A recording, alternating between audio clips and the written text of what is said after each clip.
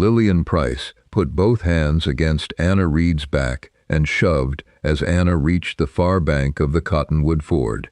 The oilcloth packet tore from Anna's hand, and the current carried it under a down cottonwood snag while Anna went under. The water shut over her head before she could take a full breath. She swallowed the river, and the cold drove the air out of her in a white burst. Her knees hit the cobble bottom, and her right hand punched into a buried stone as she reached for the packet.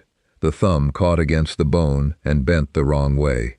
Pain came a half-second later, sharp enough to make her open her eyes underwater.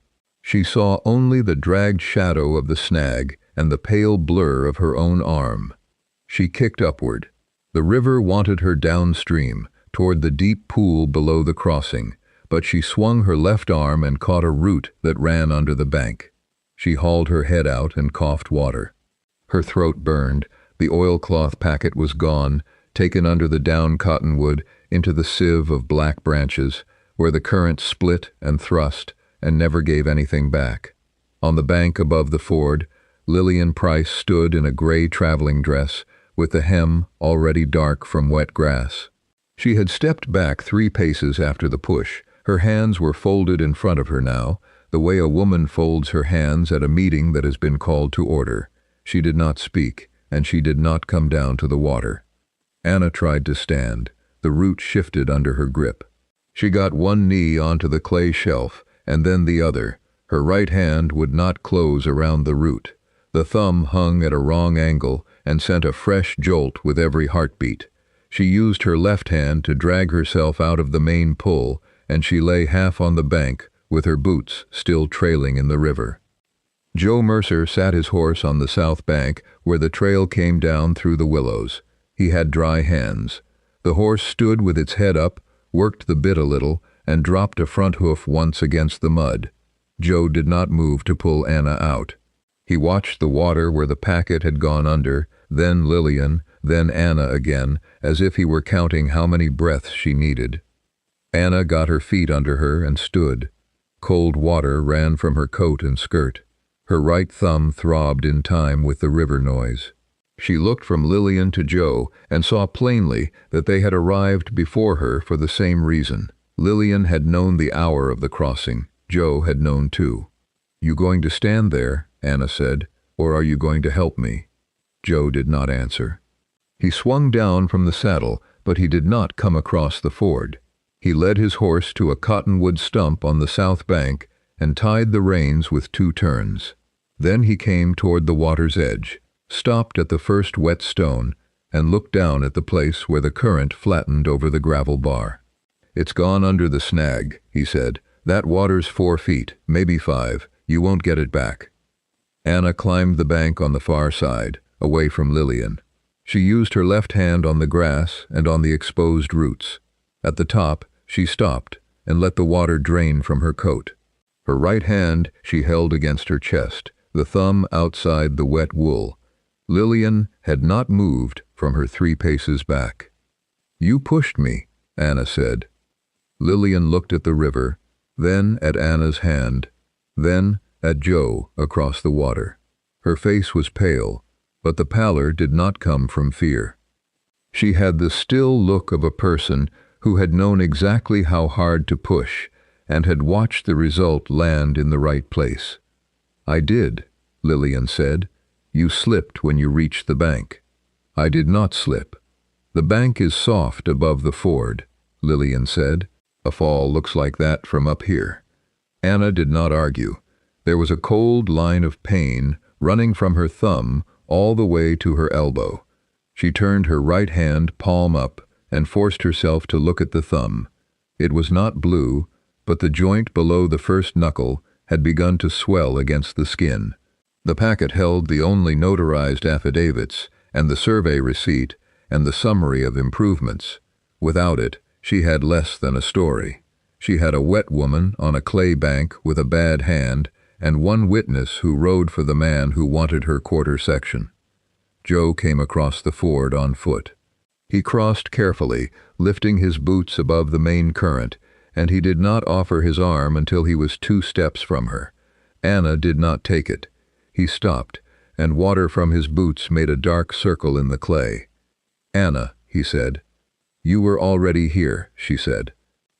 "I came up after you." "You were on the bank with dry hands." She looked at his saddlebags, at the horse tied on the south side. "You didn't come in." Joe put his hands in his coat pockets and then took them out again. He was a tall man, with a fence rider's lean shoulders, and the cold made his jaw tight. "I didn't see it happen until you were in the water." "But you knew she'd be here," Anna said. Joe looked at Lillian. Lillian gave a small nod, the kind of nod that says a matter is finished. Then she walked up the west slope toward the Rafter Sea wagon road and did not look back. "You told her the time," Anna said. Joe did not shake his head. "I told her you meant to cross by the ford this morning." "Why?" "Because I needed to keep my winter wages." He said it without heat, as if he were telling her the price of a sack of flour. "Cross said he would hold my pay until I showed I was working for the outfit." Anna turned and watched Lillian reach the top of the slope. The gray dress passed between two junipers and then disappeared. The river kept pulling at the bank, gouging small shelves of mud that broke and fell into the current. The oilcloth packet was somewhere under the snag, or it had been swept downstream into the pool. Either way, it was not coming back. "Go on," Anna said. "Say the rest of it."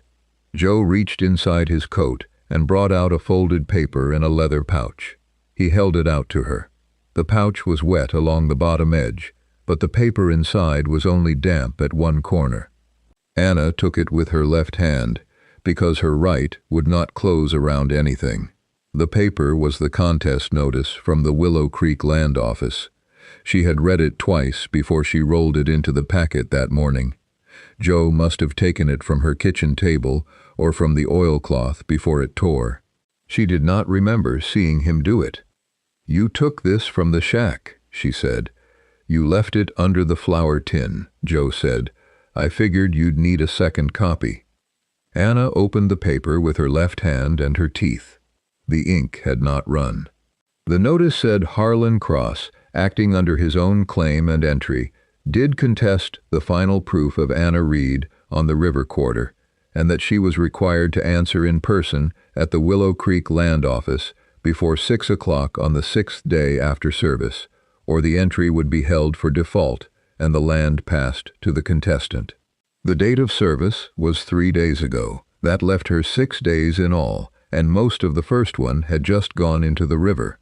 "You keep it," Anna said. "You've done enough." "I'm trying to help you now," Joe said. "I can get you across the river and up to Willow Creek. You can file an answer." "With what proof?" Joe looked at the snag. "A sworn answer can be given orally. The paper says so. You don't need the packet if the clerk will take your oath." "And who swears against Lillian?" Anna asked. "You?" Joe did not answer. "You won't," she said. "That's why you took the notice. You want me to go all that way and say only what Cross will let me say." Joe pulled the horse from the stump and led it across the ford. The animal balked once at the deep water under the far bank. Joe pulled the rein once, and the horse came up onto the clay and stood with its saddle empty and waiting. He held the bridle out to Anna with the leather turned so she could take it left-handed. "I'll borrow you the horse," he said, "but you have to promise something first." Anna looked at the bridle. The bit was cold and wet from the crossing. Her right hand would not close around a rein. She knew that already. But a horse would carry her along the north bank and up through the 2 high fords before the water rose any higher. It would make the trip in 1 long day instead of 3 or 4 on foot. Joe knew it too. "What do I have to promise?" Anna asked. Joe looked up the west slope where Lillian had gone. Then he looked at the river. "That you won't name Lillian Price in your answer. You tell the clerk it was a fall. You leave her out of it. Then the horse is yours until the office closes." Anna felt the wet notice curl in her left hand. The paper was already drying in the wind. She looked across the river to the North Bank Trail, which ran along the cottonwood edge and disappeared into a gray band of brush. The day was cold, and the water was rising with snowmelt. Her right hand was beginning to stiffen. She had 1 day of dry food in the waxed sack tied to her waist, and she had no packet. Joe was waiting for her answer, and the horse stood between them with its breath steaming. "You want me to trade Lillian's name for your horse," Anna said. "I want you to keep your claim," Joe said. "The rest can be settled later." Anna looked at the bridle again. Then she looked at Joe's face. He had not once asked whether her hand was broken, and he had not once gone into the water for the packet. She could no longer tell whether he was a man in a hard place or a man making the hard place for her, but the difference had begun to cost the same. She did not take the bridle yet. She opened the wet notice fully and held it flat against her knee. The ink had started to smear along one fold, but the line about an answer being given orally in person before 6 p.m. on the 6th day was still clear. She read it twice because her mind was sluggish from the cold. "The stage road's out at Deep Cut," Joe said. "A section of the bank went last night. The driver came back to the Rafter Sea before dark and said the cut is 10 feet of mud and cottonwood." He pointed north across the river. "That leaves the old North Bank Trail. It runs from the crossing up to the Willow Creek Road, but it's high water all the way. 2 more fords, the first one's above the creek mouth and the second is below the land office spur. Both of them will be bank full by tomorrow." "How long on foot?" Anna asked. 3 days, maybe 4, if the fords stay passable. "On horseback, 1 long day." Joe's horse shook its head and the bit clinked. "With your hand, you won't make the first ford alone." Anna looked down at her right hand. The swelling had closed the gap between thumb and first finger until the hand felt like a blunt tool. She could still move the fingers, but every movement sent a hot line through the wrist. She had 1 day of dry food. The North Bank Trail was 12 miles along the river before it turned uphill toward the Willow Creek Road, and in spring the trail crossed 2 side washes that would be running snowmelt. "Why are you telling me this?" Anna asked. "Because you need to know what you're choosing," Joe said. "I already know what I'm choosing." She tried to work the fingers of her right hand. They moved, but the thumb hung outside the palm and would not straighten. "You want me to walk 3 days without proof, or take your horse and lie about what Lillian did?" Joe did not deny it. He shifted the bridle in his hand. The leather creaked. "It isn't a lie if you don't say her name. You just don't mention the push. You say you fell." "Same thing." "No," he said. "One keeps you alive on the trail. The other keeps you in a hearing you can't win without a witness." Anna folded the notice small and tucked it into the pocket of her damp coat. The paper crackled. She looked at the horse, at the saddle with the blanket still dry under the skirt, at the leather canteen tied to the horn. The animal was strong and sound. The horse would take her along the high water, and she could hold the rein with her left hand and rest her right against her thigh. She could be at the land office by the next afternoon with a day to spare. That was the bargain. She only had to keep Lillian's name out of her mouth. Anna stepped around the horse. She put 2 fingers of her left hand on the bridle, pushed it back toward Joe, and then let go. The leather swung down between them. "No," she said. Joe did not move. "Anna, you won't make it to the second ford before night. The water's coming up. Then I'll walk in the day and stop where there's high ground." "With 1 hand and no packet?" His voice had an edge now, not anger, but the sound of a man watching a plan break. "You'll lose the quarter. Cross will have it by default." "Then I'll answer with my voice," Anna said. "The clerk can take a sworn statement. That's what the paper says." "He'll take a sworn statement from a woman with no witness and no papers." Joe held the bridle against the horse's shoulder. "Lillian will sit there and deny it. Cross will swear you were never on that ford with her. Who do you think the clerk believes?" "I don't know," Anna said. "But I know I won't say Lillian fell if I have to walk there on foot to say she pushed me." She turned away from him and walked up the North Bank Trail until she found a flat stone at the edge of the cottonwoods. There she sat down and pulled off her right boot with her left hand. The boot was full of river water, and it came off with a sucking sound. She poured the water out and set the boot on the stone. Her stocking was torn at the heel, and the skin beneath was white and wrinkled. Her thumb had swollen enough that the knuckle looked like a knot in green wood. Joe followed her as far as the bottom of the trail. He did not climb the bank. He stood with the horse behind him, and the river ran below them both. "I'll leave the horse at Cross's corral," he said. "If you change your mind by morning, it'll be there." "I won't change my mind." "You're not going to keep the claim on foot with a broken hand." Anna pulled the boot back on. It was heavy with cold water. She tied the waxed sack tighter around her waist and felt the one day of dry food inside it: 2 pieces of cornbread, a strip of dried beef, and a small twist of salt. It would not last 3 days. She had known that when she packed it. "I never said I was going to keep it," she said. "I said I was going to answer." She stood up. The first step of the North Bank Trail was a deep mud pocket, and her boot sank to the ankle. She pulled it free and took the next step. The path ran through young cottonwoods and then bent around a rock outcrop where the river had cut the bank sheer. She did not look back, but she heard Joe mount the horse. Half a minute later the hoofbeats moved south, toward the Rafter Sea Wagon Road, and then they faded under the river noise. The horse had been the fast, safe road. She had given it back with the bridle. The path ahead was narrow in some places, gone in others, and she had only the wet notice against her heart and the memory of Lillian's 2 hands on her back. Her right hand would not close around a rein, and she walked with it held against her ribs, the thumb useless and the fingers cold. The day's dry food rode against her hip. She kept walking because the North Bank Trail was the only way to Willow Creek before 6 on the 6th day, and the first high ford would need to be crossed before dark. The trail climbed away from the river for a 1/4 mile, then dropped back to the water's edge where the bank had sloughed into a long slide of gray clay. The footing was gone. Anna stopped at the top of the slide and looked for a way around. To her left, the cottonwoods grew close, their roots caging the ground. To her right, the water ran too deep and too fast to wade. She could go back and climb the bench, or cross the slide on her hands and knees. She chose the bench. It cost her another half hour and the last warmth in her legs.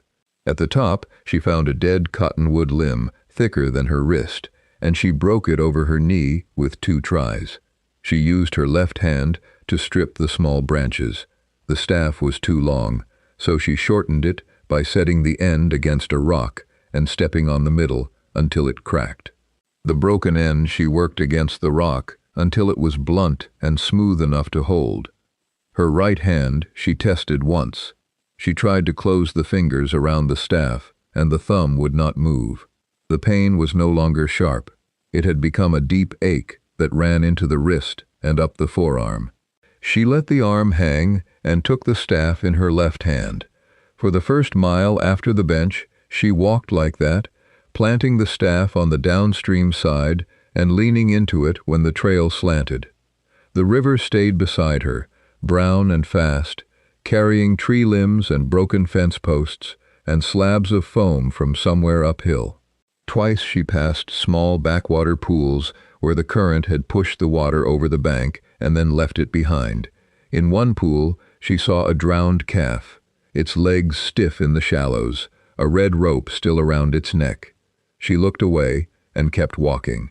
The sight told her the water was rising faster than the bank could hold. By late afternoon, the trail disappeared into a wide patch of willows that had been flattened by a slide. The mud was deep and marked with deer tracks and the deep round prints of a mule. Anna followed the mule prints because they stayed on the firm ground near the tree line. The willows ended at a cattle path that cut uphill at a slant, and she took it because she remembered from the survey map in the lost packet that the old path saved 3 miles by running straight northeast to the first ford instead of following every bend of the river. Before the cattle path had turned toward the clearing, Anna had crossed the first high ford. The river there ran bank full, a brown sheet that poured over the gravel bar and cut a new channel under the far bank. She had pulled the dead cottonwood limb from the brush at the edge and used it as a staff, holding it in her left hand and planting it against the current, while the water climbed to her thighs. Halfway across, the bottom dropped into a soft pocket, and the current turned her sideways. She had thrust the staff into the gravel and hung on until the push eased. At the far edge, the mud took her right boot. She pulled once, then again, but the clay held the heel like a hand. The water was up to her waist and rising, so she left the boot and climbed out with one bare foot. The sole of that foot had split on a sharp rock, and she felt the blood mix with the mud before the cold closed the wound. At the top of the rise she stopped and looked back. The river showed through the trees in gray flashes. No one followed. Then she looked down into the clearing and saw the mule and the woman. Bertha Lee straightened from the canvas sack. She was a broad woman with a brown kerchief tied over her hair, and her boots were caked to the ankle. She held a small ledger against her chest, the covers wrapped in oilcloth, and she did not lower it until she saw Anna's face. "Anna Reed," Bertha said, "you are walking to Willow Creek?" "Yes," Anna said, "I have an answer to file." Bertha looked at Anna's bare foot, then at the right hand, still wrapped in the coat. "You will not file anything if the next wash takes you.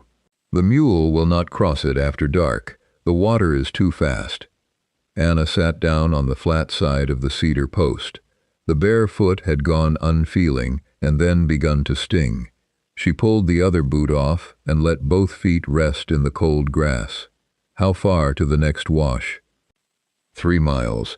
Bertha set the ledger down on the canvas sack and opened the top flap. She brought out a half loaf of dark bread and a tin cup. "You eat. Then we walk together until the light goes. The mule carries the ledger, not the woman." Anna took the bread with her left hand. She had not known how hungry she was until the crust touched her fingers. She ate a small piece and then a larger one. Bertha watched her without asking about the hand. After a minute, Bertha said, "I saw Lillian Price waiting on the west slope above the ford this morning. She was there before you crossed." "You saw her," Anna said. "I was coming down from the store road with the ledger." Bertha wiped the cup on her skirt and filled it from a canteen. "I did not see the ford. I saw only the gray dress and the way she stood. Then I heard the river. I did not know what had happened until I saw you walking." Anna set the bread down. She pushed me into the water and took my proof packet. Bertha nodded once, as if the fact did not surprise her. "Then I will walk with you. My ledger has the store accounts for the last 2 years. It shows what you bought and what you sold, and it shows the butter and egg money you paid against the account in March. It is not a survey receipt, but the clerk can look at it." "Will you swear with me?" Anna asked. "If we reach the office before 6 on the 6th day," Bertha said, "I will swear to what I saw and what I know."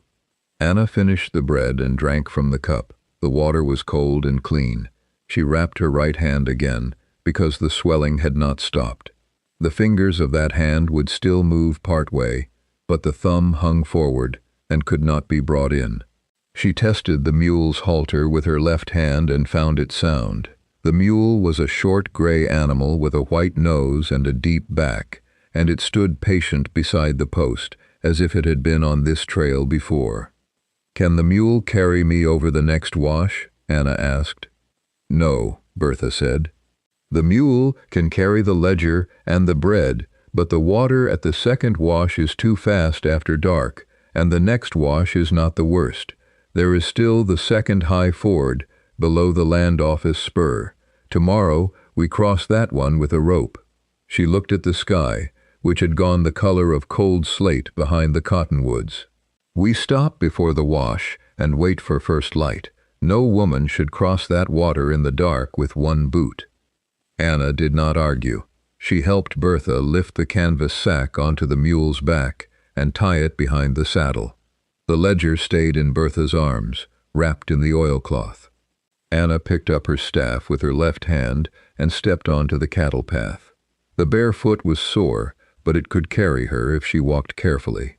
She had one boot and one bare foot, and the trail ahead fell away into a gray mash of brush and water. Bertha led the mule beside her. They walked north along the bench while the river below them gnawed at the bank and brought down clods of clay that turned in the current and disappeared. They stopped at the first side wash while the last light was still in the sky. The water came down through a narrow cut, brown and fast, and Bertha said the mule would not cross it until morning.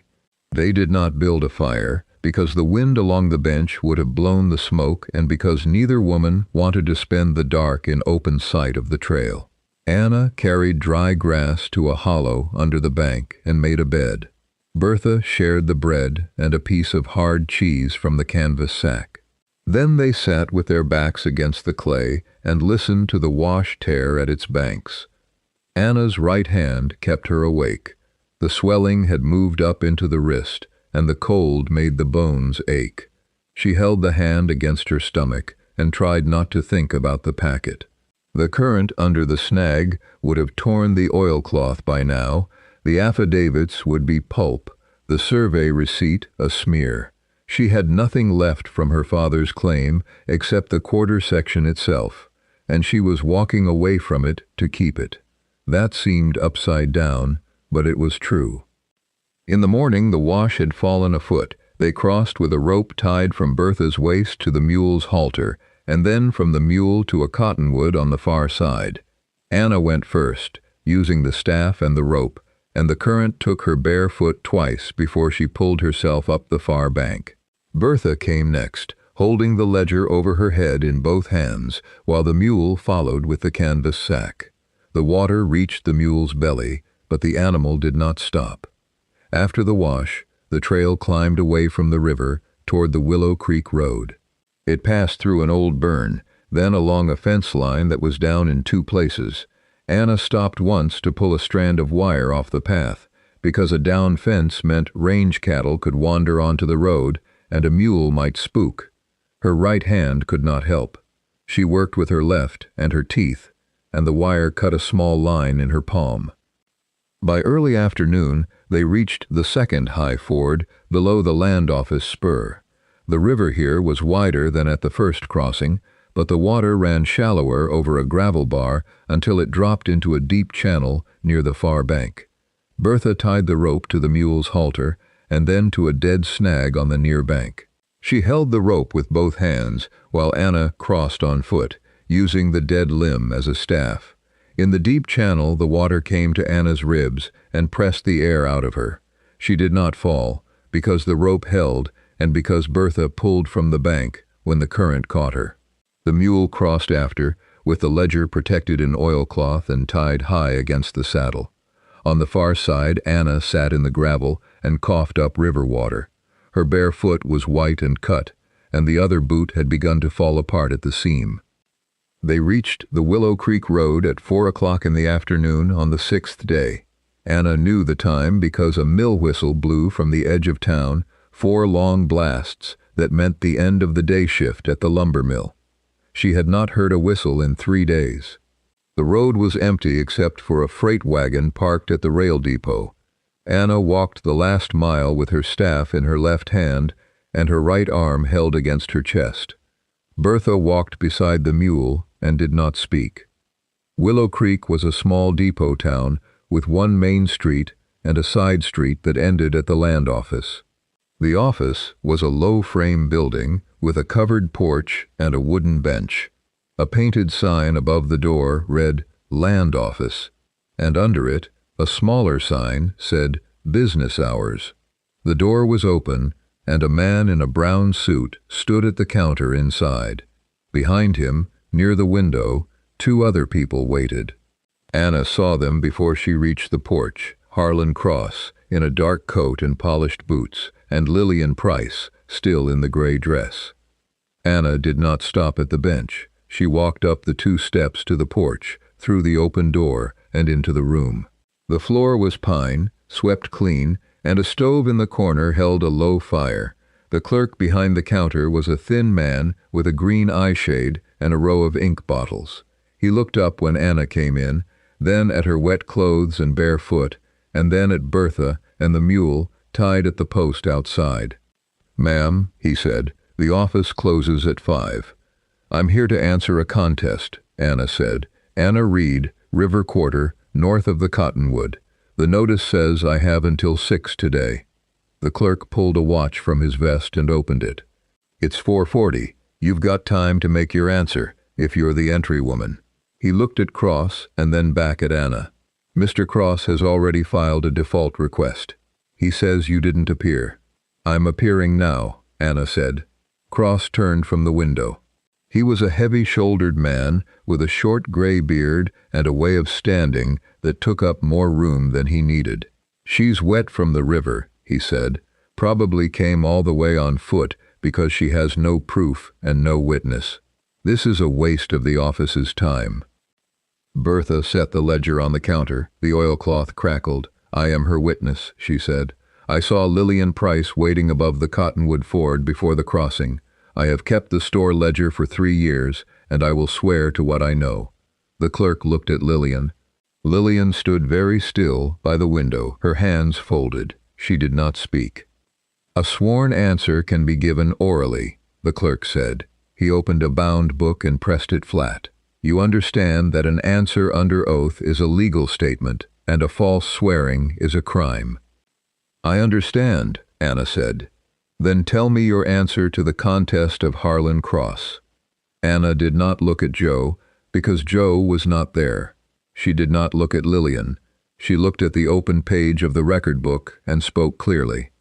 "I have made my home on that quarter for 3 years after my father's death. I have cropped the garden, kept the cabin and the shed in repair, run the fence line, and paid my taxes from washing and from butter and eggs. The final proof papers were destroyed at the Cottonwood ford on the morning I started for this office. Lillian Price pushed me into the water, and the current carried the packet under a cottonwood snag. The land was not abandoned. I am here in person before the 6th day to answer." The clerk dipped his pen. He wrote in the bound book with small, fast strokes. The room was quiet except for the scratch of the pen and the pop of the stove. Cross did not move. Lillian did not look at Anna. The clerk turned to Bertha. "Will you swear to the store ledger and to what you saw?" "Yes," Bertha said. She raised her right hand. The clerk read a short oath, and Bertha repeated it. Then she opened the ledger to the page where Anna Reed's name was written in a column. "This is her account. The purchases and the payments are here. She sold eggs and butter in March. She bought fence staples in April. She did not abandon the place." The clerk looked at the pages. He turned them slowly and then closed the book. "The ledger is not the same as a survey receipt or witness affidavits, but it supports the request for an oral answer." He picked up another book, a smaller one, and turned to a page that was already written. "The contest will not go to default today. The entry is still yours until the final hearing. You will have 2 months to bring your witnesses and your remaining papers." He stamped the page with a heavy round seal. The sound was loud in the room. Oath accepted and answer filed. Anna let out a breath she had not known she was holding. Her legs wanted to sit down, but she did not sit. "Thank you," she said. "There is a filing fee," the clerk said. $6. It must be paid before I close the record." Anna had no pocketbook. She reached into the damp pocket of her coat and brought out a small cloth bag tied with a string. The bag held the last of her butter and egg money, 3 silver dollars, 4 half-dollars, 2 quarters, and a little pile of nickels and pennies that she had wrapped in a scrap of paper. She had not counted it since the garden failed, but she knew it came to $6.10. She put the coins on the counter, one by one, because her right hand would not close around them, and her left hand was shaking from the cold. The clerk counted the money twice. He picked out $6 and left the 10 cents on the counter. "You'll want the change," he said. "I'll want it for the road home," Anna said. She put the 10 cents back in the cloth bag and tied the string with her teeth. Cross watched her do it. and his face was not the face of a man who had lost. It was the face of a man who was already moving his pieces to the next square. "The hearing will be held in 2 months, Cross said. "My contest still stands. You'll need more than a store ledger." Anna looked at Lillian then. Lillian's face was smooth and pale, and she did not speak. She did not deny the push, and she did not repeat the fall story. She only stood by the window with her hands folded, and her silence filled the room more loudly than any denial would have.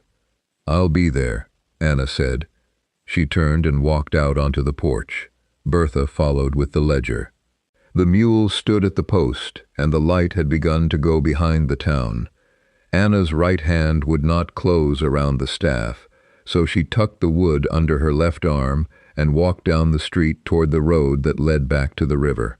The stamp was on the answer, and the default was refused, but the hearing was 2 months away. She had $6 less than she had when she stood on the bank at the Cottonwood ford, and her foot left a small blood print on the porch step as she went down. Bertha caught her at the corner and said they would not start back that night. The doctor on the side street would look at the hand for a price Anna could work off, and the boarding house would take 2 cents for a bed if the blood was washed off the floor before morning. Anna did not argue.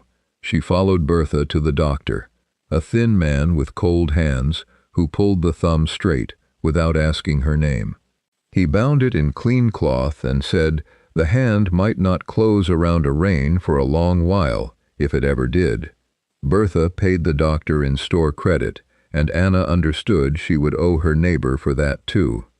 At the boarding house, Anna washed the floor of the back porch while Bertha held the bucket. Her left arm did all the work, the right hand stayed in the sling, and the water turned pink where the cut on her foot had opened. In the morning, the boarding woman gave her a pair of worn boots that had been left behind by a freighter. They were too large, but they covered both feet. Anna stuffed grass into the toe of the right one and laced it tight with her left hand. Bertha traded the mule's shoe at the smithy for a ride on a spring wagon going south as far as the Cottonwood crossing. The driver was a freight hauler who knew Bertha from the store and did not ask questions. Anna sat in the back with her right arm in the sling. On the seat, she tried once to hold the wagon rein in her right hand, just to test it. The fingers curled part way, but the thumb would not meet them. The rein slipped through. She held it in her left hand for the rest of the drive, and no one in the wagon said anything about it. Anna came back to the claim on the 10th day after the shove. At the Cottonwood crossing, she climbed down from the wagon and walked across the gravel bar on her own feet. The river had fallen 2 feet since the morning of the packet, and the snag sat high on the bank, its roots exposed like a basket of broken fingers. She did not go near it. The oilcloth was gone, and the papers were gone, and what the river had taken did not need to be seen again. She walked from the ford up the slope to her cabin. The door was not latched. The wind had pushed it open an inch, and the floor inside was dusty with river silt that had blown in. The table was where she had left it. The flour tin was closed. The chair by the stove was turned sideways. Against the wall, where Joe had kept his bedroll in the corner, the floor was empty. The bedroll was gone. The small tin coffee pot he had brought from the line camp was missing. Only a dark ring on the boards showed where the bedroll had sat through the winter. She stood in the doorway for a long moment. The cabin was not large. 1 room with a plank floor, a stone fireplace, a pine table, a rope bed in the corner, and 3 shelves on the wall. Her father's land papers had once filled a tin box on the top shelf. The box was there, but the papers inside were only the old homestead entry, nothing final. She had sent the final proof packet with Joe once, and he had returned with a story about a clerk who wanted 1 more affidavit. She had believed him then. She did not need to think about it now. She pulled the door closed and lit the fire. The stove wood was dry and caught on the first match. She sat in the chair and unwrapped her right hand. The doctor had told her to keep the hand elevated and to move the fingers a little each day. She moved them. The thumb was straight now, but the joint below the knuckle was thick, and the skin had gone a mottled yellow. She could not make a fist. She tried, because the doctor had said to try, and the pain came back as a deep pull through the wrist. She stopped and wrapped the hand again with a strip of clean cloth from the shelf. The hearing notice from the land office was on the table, folded under the flour tin. The clerk had given her a stamped receipt for the $6 fee. She put that beside the notice. The room was quiet. Outside, a meadowlark called from the fence line, and the river ran below the cottonwoods. She did not cry. She sat with her hands in her lap, the left one open and the right one bound, and she looked at the empty corner where Joe had slept. That night she did not sleep well. The splint made her arm heavy, and the cut on her foot ached inside the freighter's boot. She got up twice to put water on the fire and to look out the small window at the dark. The river was a low sound, not the high rush of 6 days before. She had walked most of the way home with the sound in her ears, and now the silence of the cabin was too large.